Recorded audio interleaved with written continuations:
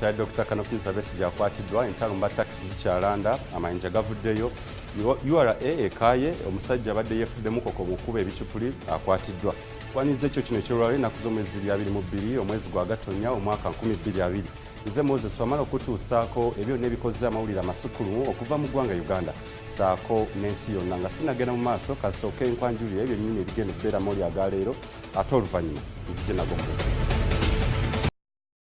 ebikulu mu Masukkulumu.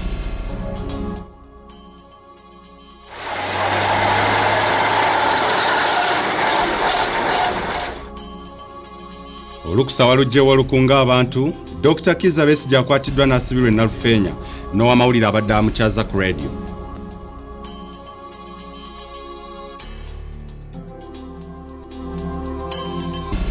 Tujja kulaba kiki ekigenda tetunasooka tulebe sente zetunaba turezinze tuziallocate. Gavumenti Terina Nsimbi. Minista Bahati ategeezezza nga gavumenti bwetajja kumalako na bintu byonna ebiri mu mbalirira y'omwaka 2021.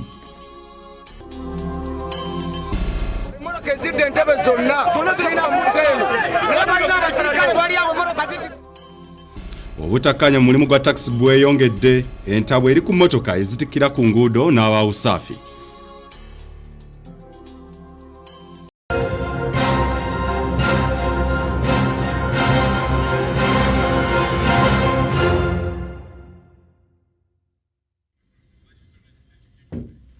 Uterevu Amasukkulumu ag'ekyo kino ekyolwaliro katugatandike ne Minista omubeezi akola ku nsonga z'ebyensimbi wamu n'okuteekerateekera eggwanga David Bahati ayongedde okubeera ng'akikkaatiriza kati nga gavumenti mu kiseera kino bw'etalina nsimbi zimala kusobola kukwasaganya ebintu byonna ebisinga mu mbalirira y'omwaka gw'ebyensimbi 2021.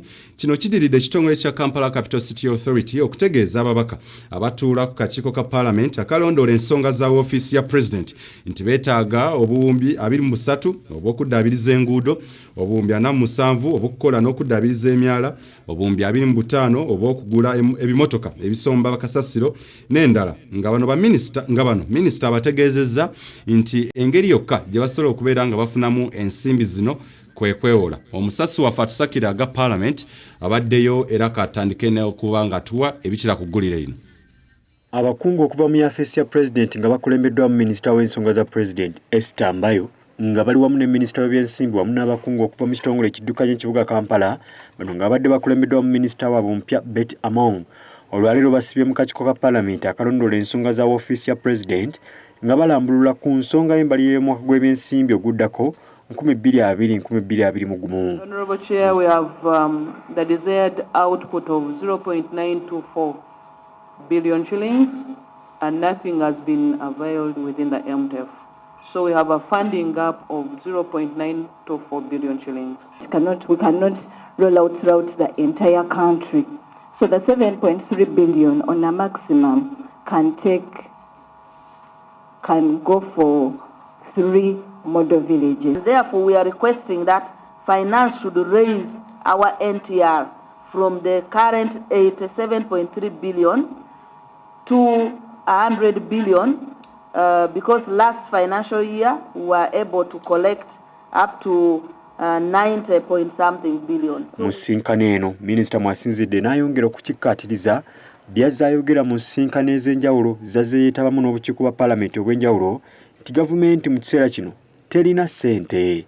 Ekitongole kya KCCA bwe kibadde kyanja embalirira yakyo y'omwaka gw'ebyensimbi oguddako kirambisa ensonga ez'enjawulo zikyagala ze ziba zisookerwako nga muno mulimu okuddaabiriza n'okuzimba emyala nga kyetaagisa obuwumbi 47, obuwumbi 23 bwa kuddaabiriza nguudo, obuwumbi 25 ez'ebimotoka ebisomba kasasiro 26 n'endala. Roads and drainage.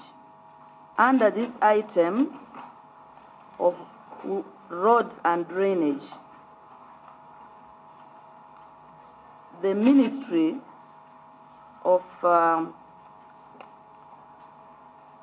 the KCCA is supposed to receive from the road fund 30.5 billion. Okusinziira ku Minista wa Kampala Beta Among, ekitongole era kyetaaga ssente obuwumbi 7 n'obukadde 8 mu bwangu okusobola okulayiza basipiika ba KCCA abaakalondebwa mpozi n'okubateerawo yafeesi. Bano Minisita omubeezi w'ebyensimbi n'okuteekerateekera eggwanga David Bahati akabatemye nga mu kiseera kino gavumenti bwetalina ssente. Agamba nti okusobola okuwanirira embalira ebitongole bino kijja kusoboka singa baneewola obukadde 3 obwa dola za Amerika. Kati mu komiti tubagambye nti process ya budget ekyagenda mu maaso. No budget framework paper bagenda ku making recommendations mu house. Ate bwe tunafuna recommendation tujja kulaba kiki ekigenda tunasooka tulebe sente tunaba turezinze tuziallocate. Wabaddewo okutya nti singa okulonda mu ggwanga kugenda mu maaso sente z'okulayiza omukulembeze w'eggwanga zandibula, wabula minisita agambye nti bajja kuluma n'ogwengulu okulaba ng'alayira ate mu budde. Elections are due in February 2021 and the swearing-in ceremony will automatically follow in May 2021.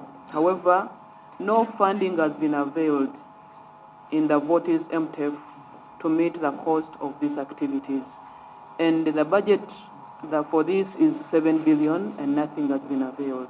Yeah, esente z'okulayiza president zo zijja kubeerawo, tujja kuzinoonya zirabike kubanga President Museveni bw'anaaba awangudde akalulu mu January abantu tebalina kupapira nti tagenda kuswearingini, sente zijja kubeerawo, ajja kuswearingini. Shemimu Nayiga yabaddeyo ku lwa Delta TV Amasukkulumu.